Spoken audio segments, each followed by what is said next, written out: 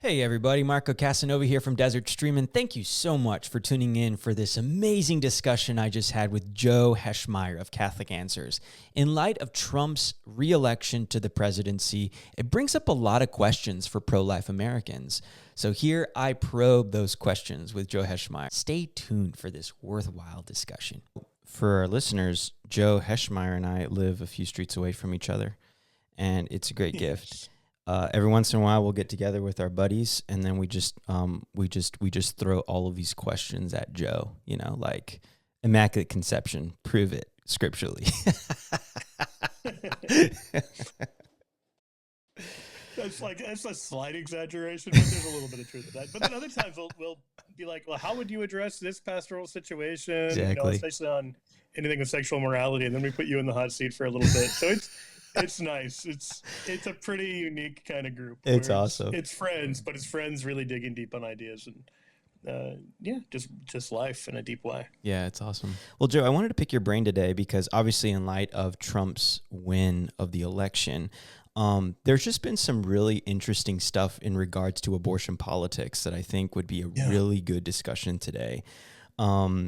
Namely, there's obviously here in Missouri where we are, the vote no effort just wasn't victorious. And there's some other states that were in the same exact boat. So I want to start off with that because I think that just kind of hits home to many people today.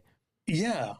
I mean, I guess in part, I mean, it's discouraging to see your home state simultaneously vote for the Republican, more pro-life candidate and enact a constitutional amendment making abortion part of state law is a weird kind of result. I guess I'll start with the silver lining, and then we can kind of get into what we take from this. The silver lining is twofold. If you remember, Kansas, right next door, I was actually living there at the time too, had a move to add a pro-life amendment to the Constitution. So the move was in the other direction, and it's harder to get an amendment for life than you think it would be to stop an abortion amendment. Because, you get some people who just don't want to change things. They say, oh, it's good enough. I don't want to make abortion part of the Constitution either way. Nevertheless, in Kansas, it was a year ahead of time. Internal polling showed that it was likely to win.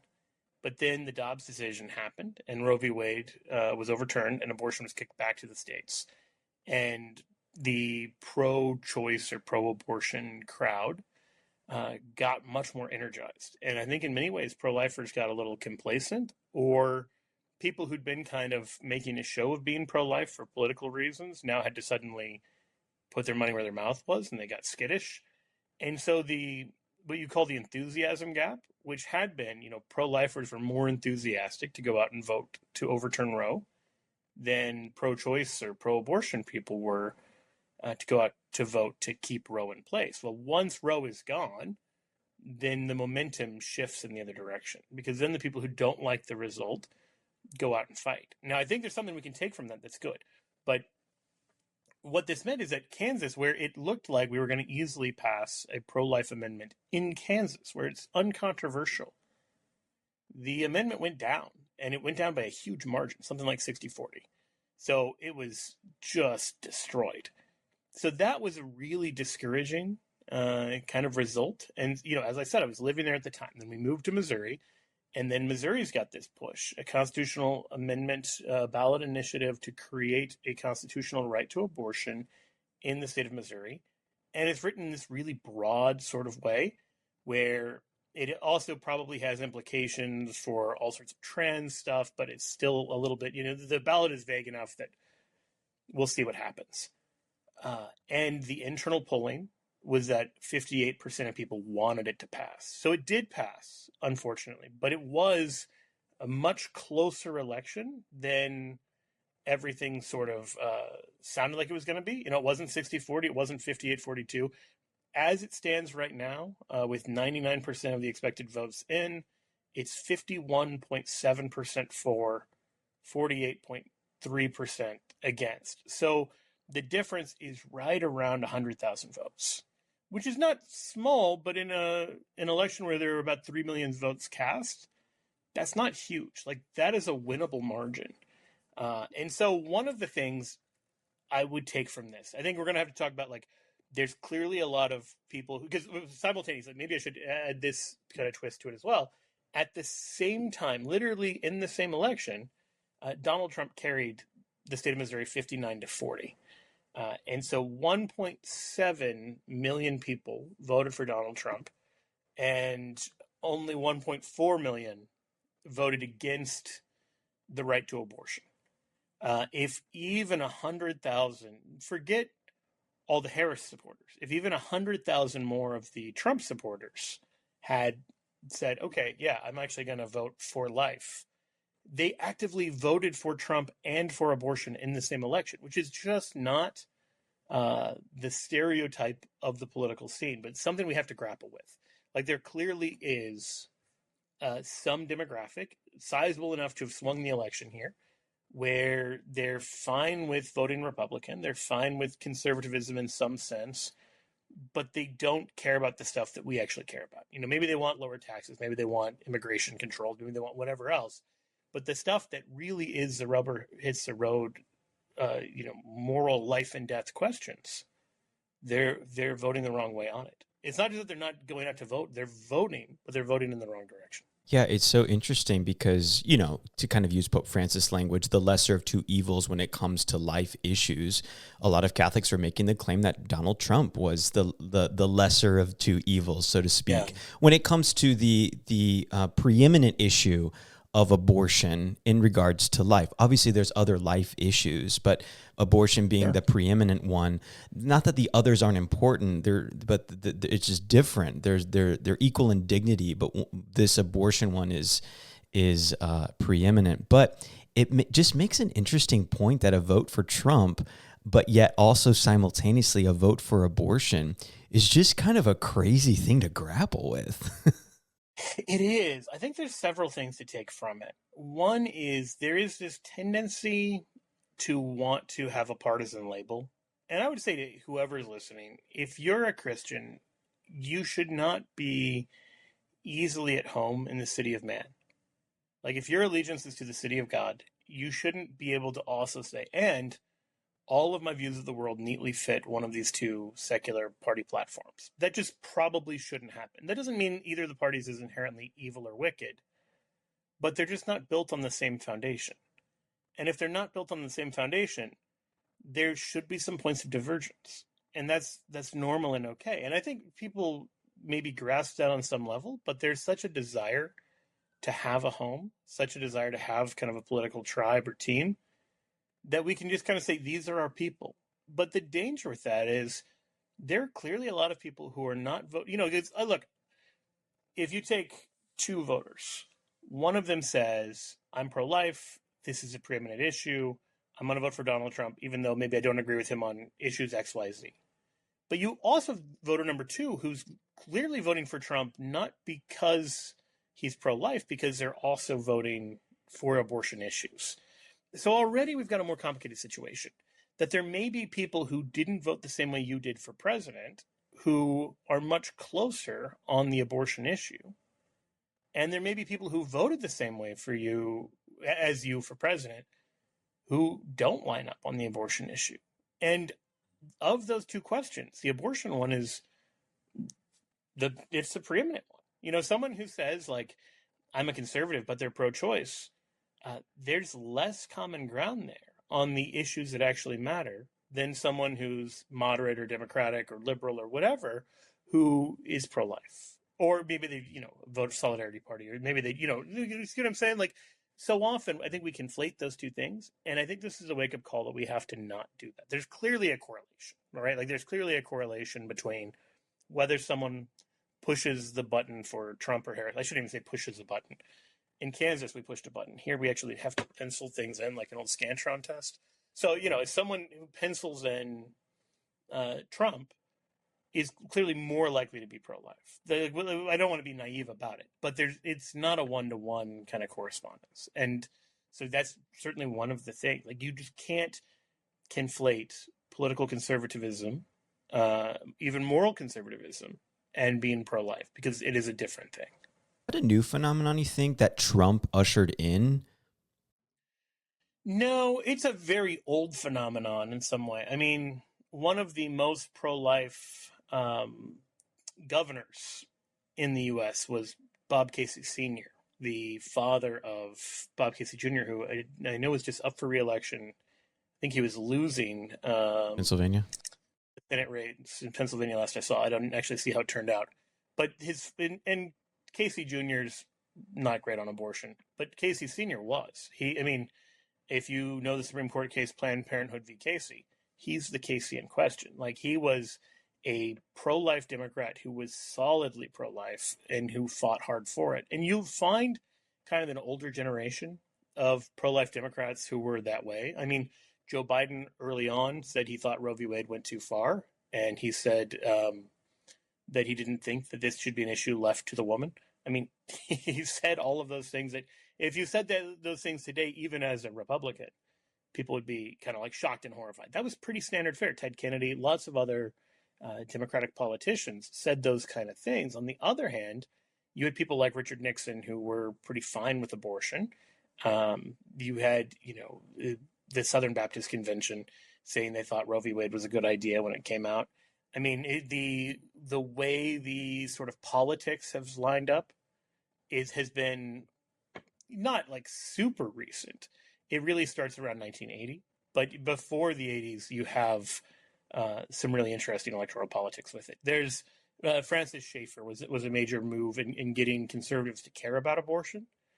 Before that, interestingly, a lot of the front line on abortion was this combination of Catholics and anti-Vietnam protesters, because the folks in Vietnam were used to protesting against horrors and injustices, and they saw this and thought this is another example of the same.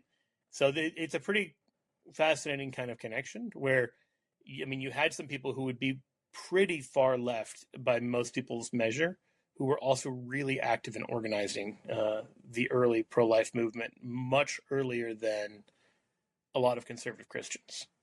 Well, when you take a look at the Harris campaign, it seemed that the abortion issue was a main tenet of the campaign. Like, Yeah, that that's was right. like the issue. And then Donald Trump seemed to make it almost a non-issue, right? It was like he really toned it down, and it almost seemed like that really went in his favor in the end. Right. I think there's something to that. So I think two things. The bad news is abortion is politically a losing issue for pro-lifers right now. Most of the country doesn't want the pro-life movement to win. And that's something that, as pro-lifers, we have to grapple with. And so you have Republicans trying to do just enough to make sure they get pro-life votes without over-identifying themselves in a way that'll be politically unpopular to the broader electorate. Um, and so Trump, when he was in Florida, was really wishy-washy on what he would do in terms of the ballot measure. And so Lila Rhodes, to her great credit, kind of sounded the alarm about it.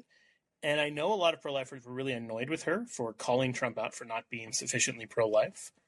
But I think afterwards, either Trump or someone in his campaign reached out to her. And within a day, he was much better on the issue. So, these are politicians. They are going to see what they can kind of get away with.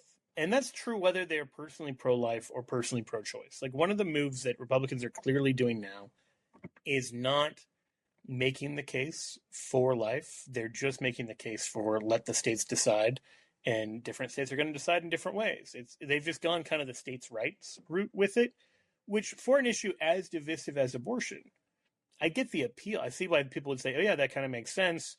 Chances are Alabama and California are not going to ever agree, so maybe just let each of them figure out what they want to do. It's not a great outcome for the unborn, that your right to life depends on your geography. And if you're conceived in a pro-life state, then your mom can just cross the state line and have you aborted. It is better than nothing. And so I view it as sort of a strategic retreat by pro-lifers. But you're right, like they're not really sounding the alarm. The problem with doing that long term is even if you can win elections that way, the thing you're not doing is changing anyone's heart or mind. Somebody like Ronald Reagan actually fought for the pro-life movement. He made arguments for why everyone should be pro-life. That sort of thing moves the needle. If all you're doing is treating this like a politically toxic sort of issue, then that's not going to move the needle. So that's sort of the negative side, that I think Republicans have strategically retreated in such a way that they're trying to survive on abortion, not change minds. And I get why they're doing that, but that has to be coupled at some point with a greater effort to change hearts and minds. The flip side to that is that it's clear this isn't, I mean, as I alluded to before, in the Kansas one, which happened right after Dobbs, it was 60-40 in Kansas. The fact that it's now a 51-48 kind of issue in Missouri, which is electorally almost identical to Kansas right now, that may signal that the pro-choice panic is subsiding, because you have a lot of people who are not hardcore, we want abortion, but they kind of do want abortion sometimes. This is the people that the Clintons appealed to, as with the safe, legal, and rare language. They're not totally comfortable with it. Some part of them, they know it's immoral and it's not something that they're proud of, but they're not ready to just say, okay, it's illegal across the board, even in these hard cases. That kind of crowd got really freaked out after Dobbs because there were a lot of horror stories, and so then they went out and voted against life. I think in the intervening 2 years already, that has subsided. So fewer people turned out and cited abortion as a reason. And so you can see clear evidence that there are fewer panicked pro-choice people and fewer people who are like really enthusiastic to enshrine abortion in their state constitutions. If that continues, that kind of abating, the enthusiasm gap I alluded to earlier, I think there's room. It would not shock me, depending on how, the national level, oftentimes you get pushback from the incumbent president. So 2 years from now may be a rough year for conservatives. But 4 years from now, if it's, let's say there's another red wave, which is not unthinkable at this point, I could see a state like Missouri successfully being able to undo its constitutional amendment. Because if you only need to move the needle 100,000 votes, that's very manageable.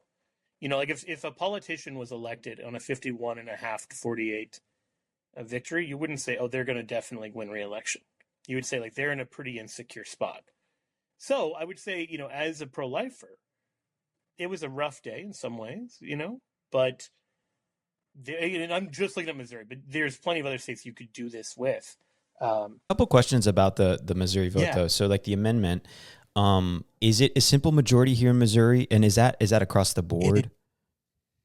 It's not across the board. So, Florida, you need 60%, and so in Florida, there was actually a worse vote, but because you needed 60%, the pro-lifers won. So, I've got the Florida numbers right here. 57.2% of people in Florida voted for right to abortion. And that was 6 million people compared to only 4.5 million, which was 42.8% against. That's with 96% of the votes. But it's a big enough gap that we know, number one, there's a clear majority that wants a constitutional right to abortion. But number two, under Florida law, you need 60%. And they're clearly not going to get that. So that's good news. But it also means that the pro-lifers were in a kind of awkward position. So you had people like Ron DeSantis and Marco Rubio, who they know, on the one hand, they were fighting to keep this amendment from passing. On the other hand, their own political career, if you alienate 57% of the voting population, you're not likely to get reelected. You just can't win with 42% of the vote. So they're, I think, trying to figure out a way to talk about this issue without alienating everybody. But the discouraging thing about that is it does mean elected politicians are a little bit weaker on it. So, yeah, in most states that had these measures, I think it was just a 50%. And even in a state like Arizona, I don't know if it was 50 or 60%, but they took 61%. The abortion side easily won there, which is, yeah. Right. So in Colorado, you kind of expect it, frankly. Maryland, you expect it. It had 74% there. Montana was very striking. 57% voted for abortion. And at the same time, 59% voted for Donald Trump. Like, this is like Kamala Harris picks up 38% of the vote. Abortion picks up 57% of the vote. Like, when you put it in those terms, it's like had the Democrats, instead of running Kamala Harris, ran the personification of abortion, it would have outperformed. Which is that's ugly. That's bad. So clearly there's a lot of work to do, and it does depend sort of in a state by state place. I think you have a lot more of a libertarian spirit in a place like Montana, places like New Hampshire, like this as well, where they're more conservative in some sense than you might imagine, but then they're not really going to be on board for something like outlawing abortion. Uh, yeah. Like the abortion amendment, let's say here in Missouri, is that up Mm-hmm. technically every 4 years? Like, how does that work? And can the people, like, once it's enshrined in the Constitution, how easy or not easy is it to reconsider it as a people? Yeah, so you just have to get the. So I don't remember the exact process in Missouri. I should caveat that. And every state can be a little bit different. Usually it's something like you have to get a certain number of names to get it on, like a ballot initiative. And in some cases, it has to be passed by the legislature. Um, so I know in Kansas, it had to be passed. So let me look up how do you change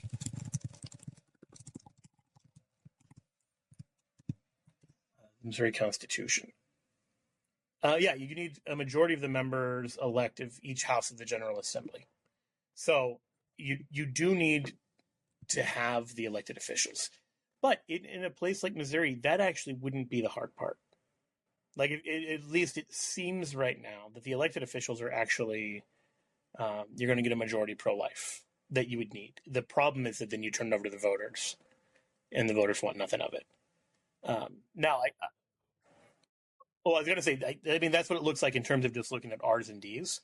It gets a little more complicated on the ground in places. So I know in Kansas, one of the really discouraging things is before the Value Them Both Amendment was put on the ballot and lost, I think 2 years before that, there'd been a move to put it on the ballot, and it was shot down. And the pivotal two votes were two like rural Republicans who just were not pro life enough.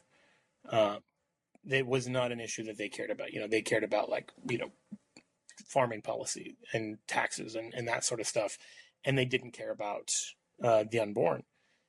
And that was the make or break, because had they voted yes and had it been on the ballot 2 years earlier, it almost certainly would have passed.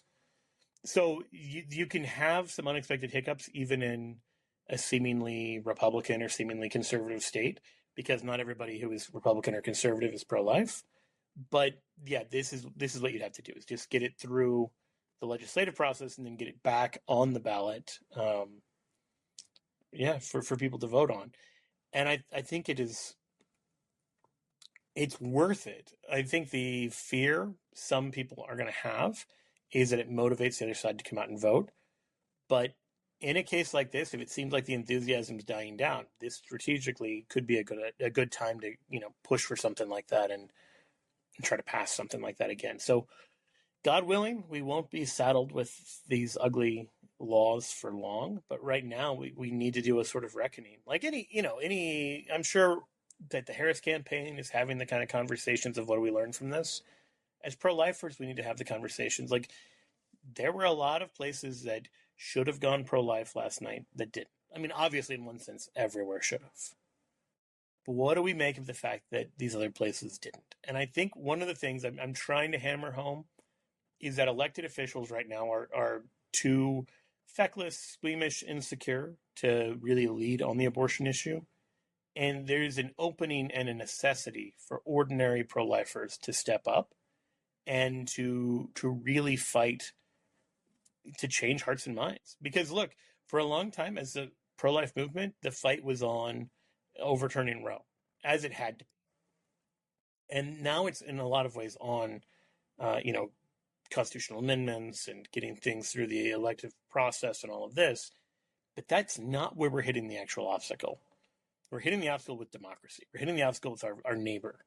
And that's a very different sort of conversation than the organized top-down approach, which is what we've successfully been doing for a long time. But if we don't get a lot better at the grassroots stuff, if we don't get a lot better um, at sort of the bottom up, then we won't have long-term success. Like, you can overturn Roe, you can do all the stuff you want at the legislative level, you can put every pro-life ballot measure on the ballot that you want, and if you don't have the support of your brother and sister, of your neighbor, uh, then it's not going to do anything. They're going to continue to vote for really ugly laws. They're going to continue to vote against good laws, and we're going to continue to have a really bad abortion regime. So I want to applaud the work, people like Justice for All do, where they go onto college campuses and they help to convert people on this.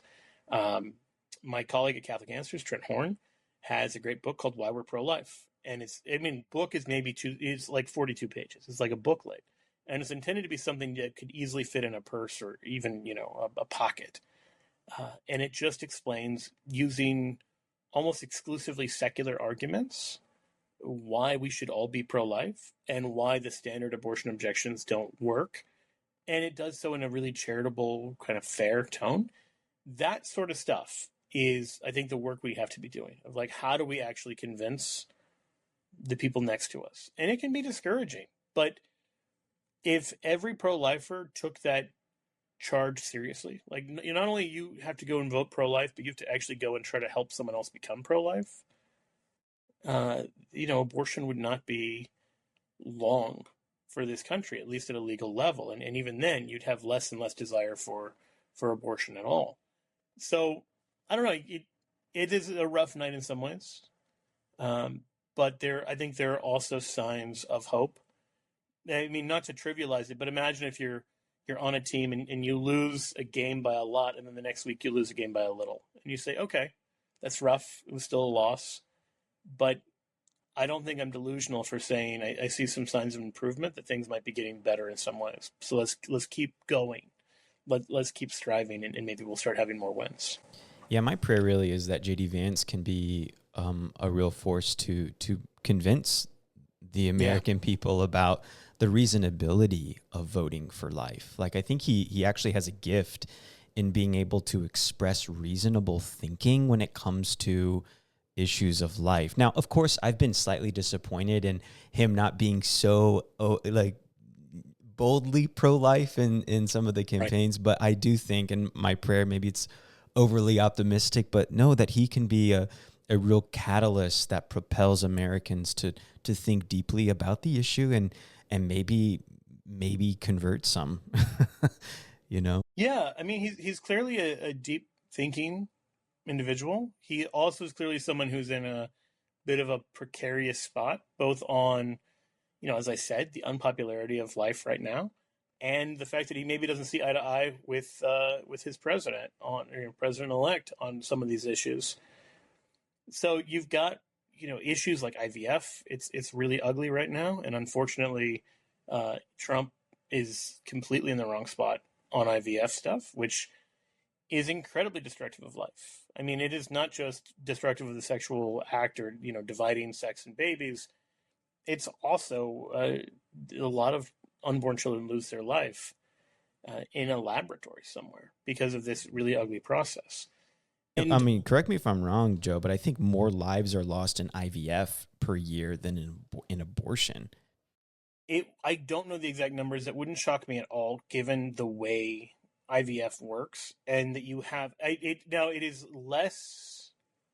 I want to say, in one way, less deadly than it was before, in the sense that early IVF was so unreliable that you had a lot of fertilized eggs. So you had unborn children being produced in labs, and then they would implant a lot of them because a lot wouldn't take, and then they would just have a bunch of leftover children that they didn't know what to do with, and they'd leave them in freezers and they would die. That's the situation we've been in, and it still is. Don't get me wrong; it's still like that. But the ratios of how many extra children—that's such a weird way. I don't know a kind of a good way to describe the weird and ghastly practice. But because they've gotten better at implantation, they're fertilizing fewer eggs per pregnancy, but that also makes the procedure more popular. So it's bad all the way around. And this is, yeah, one of those areas where I think once you explain to people how IVF actually works, that it's not just you go to the doctor, they fertilize one egg, they implant it, and then you have a baby. It's not like that at all. There's a bunch of babies being created, and then in many cases, they'll implant multiple eggs. The woman will be pregnant with multiple children, and then they'll do selective reduction, which is a gross euphemistic term for you get to choose which of your kids live and die. And you can choose your favorite one to live. That sort of thing, making Sophie's choice a sort of matter of just everyday life, is once you explain it to people, that really changes hearts and minds against IVF. But right now, I mean, I mentioned the Southern Baptist Convention was wrong early on Roe. They're wrong right now on IVF, where they're okay with it. And I think ordinary people, particularly ordinary Christians, once you explain to them what's going on, you see swings on those kind of issues. But the problem is we don't have many people who are willing to stick their neck out and say, here's the ugliness, here's the horror, let's talk about this in an open way, on this issue. And that's what we're lacking. We're lacking that kind of leadership. I mean, you kind of think about it. I wonder if the Catholics have a unique perspective of the procreative and the unitive act, the unit of elements being together, always together, never separated. That I mean, Protestants don't necessarily think like that, and so many people just see the IVF thing as kind of like a compassionate answer to infertility, like, well, people want to have biological children. So I just wonder if many people just aren't able to think through it, and we need to help them with that. Yeah. And I think that is absolutely a major part of it. And I think once we start talking about, the teleology of like, what's the nature of the act, people's eyes just kind of glaze over. With IVF, it's so destructive of human life that you can kind of make that case and it makes sense to people. Honestly, though, and I think you're raising a good point here, even if there were not any unborn children lost through IVF, like even if they had a 100% success rate and they weren't doing selective reduction to abort your children, it would still be wrong. You're still, doing something that is really distorting of the most intimate aspect of human experience. That's still perverse and shouldn't be allowed. But that kind of conversation is a much deeper one to have. And I don't think we're close on that conversation. It's like trying to convince people birth control is wrong. Yeah, but I feel the same way. I'm just like, wow, there is such a need for conversion in the American people. I don't know how else to put it, that it's not really an issue that we can legislate. There really needs to be a reasonable understanding of what these things are, like a thinking deeper on these issues. So yeah, we have our work cut out for us. I feel like this election has really showed. We do. It's one of those things. But I do think, as we were saying before, some of those conversations you can have, like, even if it's harder to have the deep, what is the nature of reality? What's the nature of your body? What's the nature of the sexual act conversation? Those you can have sort of one-on-one and kind of slowly walk people through that. But there's still a base level where people can kind of realize, okay, maybe there's something not cool about abortion. And so I think that is a much more winnable near-term fight, even though we should continue to push on both, not just at a legislative level, but at a personal level, right? Because you may not be able to control the outcome of any particular law. Chances are you won't. But having that conversation with a loved one may be the difference between them aborting a child and them not. And so that's bigger in some ways, right? Like that's where I think it's worth investing the time, resources, energy, and getting good at those conversations, because that can be a life or death sort of issue. And I think if you do that, if we get really good at the interpersonal, that's how the grassroots political thing changes. So you have those two kind of wins along the way. Joe Heschmeyer, what a gift to have this conversation. So thank you so much. Thanks for taking the time, and we need to have you on more, man. You're like you're my Politico, man. It's funny, like I usually steer away from like talking openly about politics, but The one obvious exception as a Catholic is talking about pro-life politics. It is so big. It's so important. And by the way, this is good timing to wrap up, I guess, because you can probably hear in the background the tornado sirens just started to go off. Joe Heschmeyer, thanks so much. So, I'm gonna link. I'm gonna link your show in the show notes. It's a great show. If you don't follow Joe, you need to follow him. He's excellent. One of just the leading apologists right now in the Catholic world. So really a gift to have you, Joe. And yeah, God bless all of our listeners who are grappling with the news today. You know, it's big news, and I think in any circumstance, it's really a call to activate as a Christian and to take seriously these issues of life and to become agents of life in our respective places. So, hey guys, thanks for tuning in to Desert Streaming. We at Desert Stream Ministries want to help you who may be struggling in areas of sexual and relational brokenness. Visit our website, desertstream.org, for more information. Our goal is to put out content that is inspiring and hopeful for you. God bless you.